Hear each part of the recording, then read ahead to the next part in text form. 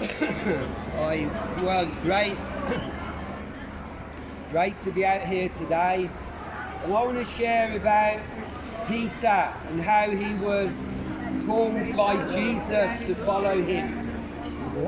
And there are applications for you, because you know, God acts in the same kind of way. Always. He doesn't change. One of the great things about our great God, the Creator. Let me remind you, there's one God. And there's only one way to know him. Amen. Through a relationship, not religion.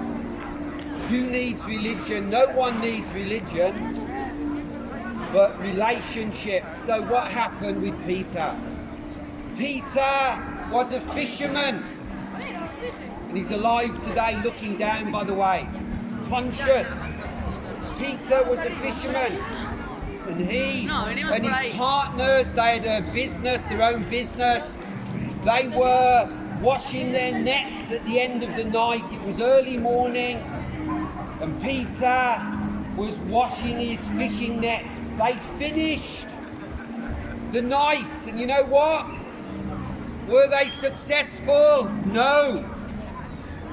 All night, a period of maybe 8 or 10 hours. What about you today? Peter was disappointed. Maybe he was thinking, well, sometimes that's the way it goes. Reality at times can be a real bitch, can't it?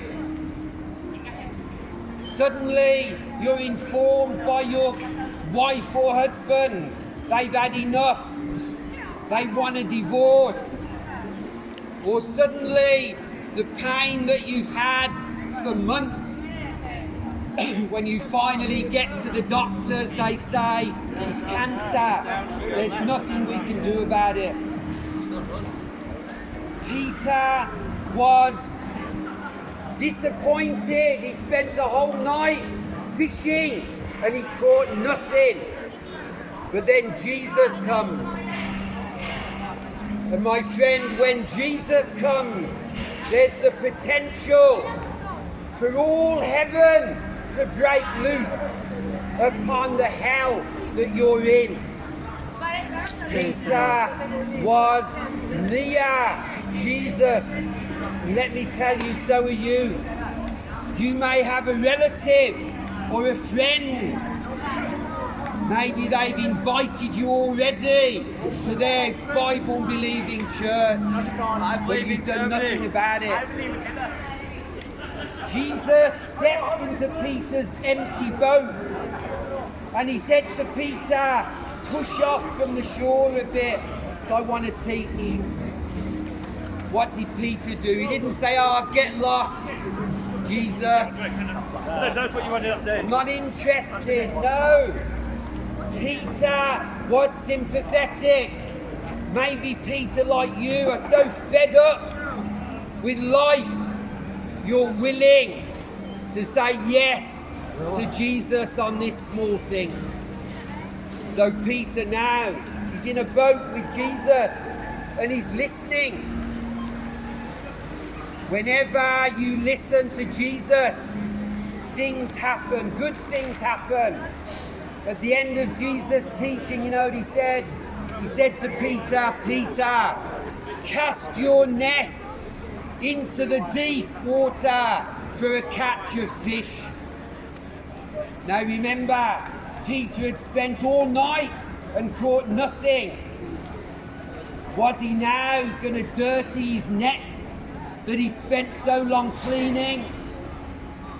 Maybe you think, well, if I follow Jesus, if I go to that church that I've been invited to, that would be inconvenient. Yeah, it's inconvenient. It's called a test. The test, if you like, for preaching purposes, the test of inconvenience. Jesus tested Peter. What was he going to do? Peter said, Lord, teach, he called him teacher. We've spent all night and I've caught nothing. But because you say so, I'll do it. There's the difference, my friend. See what happens. Peter got his net, cast it out. They went out into deep water. He dropped his net. And Peter, because he obeyed Jesus, experienced a miracle. So will you, when you say yes against your inconvenience and you say yeah to Jesus. Maybe it's going with your friend to a church. Maybe it's the inconvenience of going on Amazon and ordering a Bible that you've never had before. Whatever it is, Peter passed the test. And when he threw his net out into the deep water, within seconds, he caught a great catch of fish. In fact, the net was so full it was going to break, and he had to call for help. Once Peter had sorted it out, of course he went and bowed down to Jesus and said, Lord, I am a sinful man. Go away from me. Why did he do that? Because Peter knew only God could have done that. Only God could have brought that great catch of fish, and he knew it. My friend, you need to pass the test of inconvenience. Let go. You've got enough evidence. Look at your life.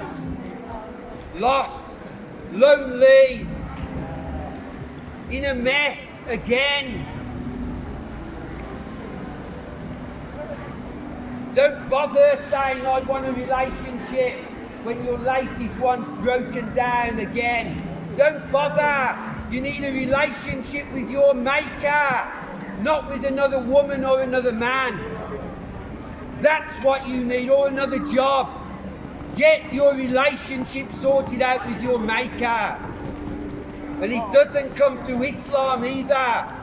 Religion never helped anyone. Look at the history of that religion. Force and violence. That's it.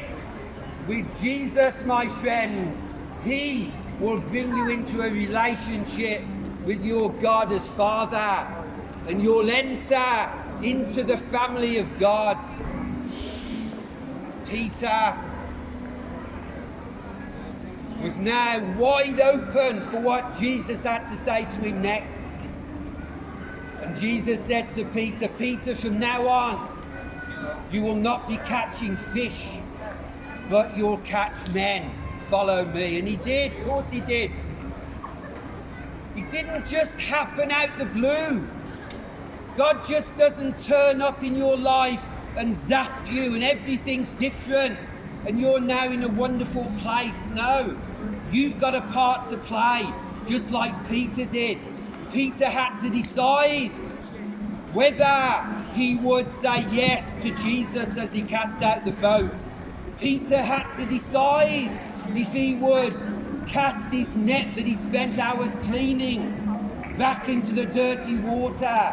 He had to make a decision. He made the right one. Are you going to make the right decision?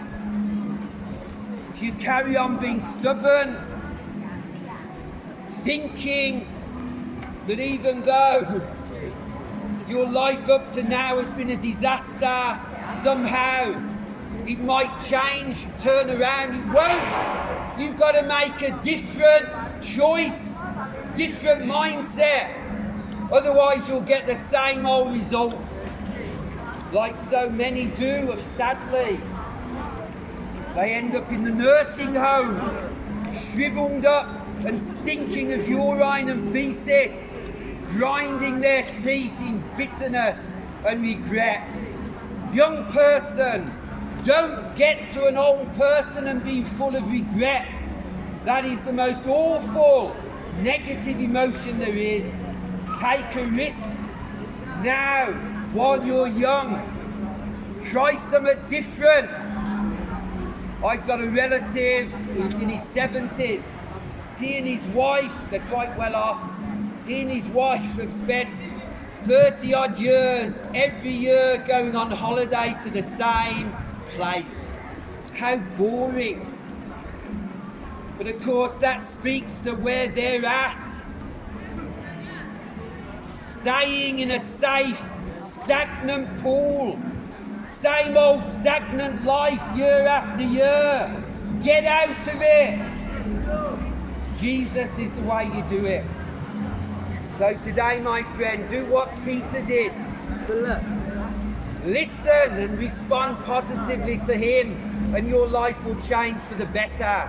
If you don't, your life will not change for the better, and you'll end up before your Maker dumbfounded. May God bless you today. Amen.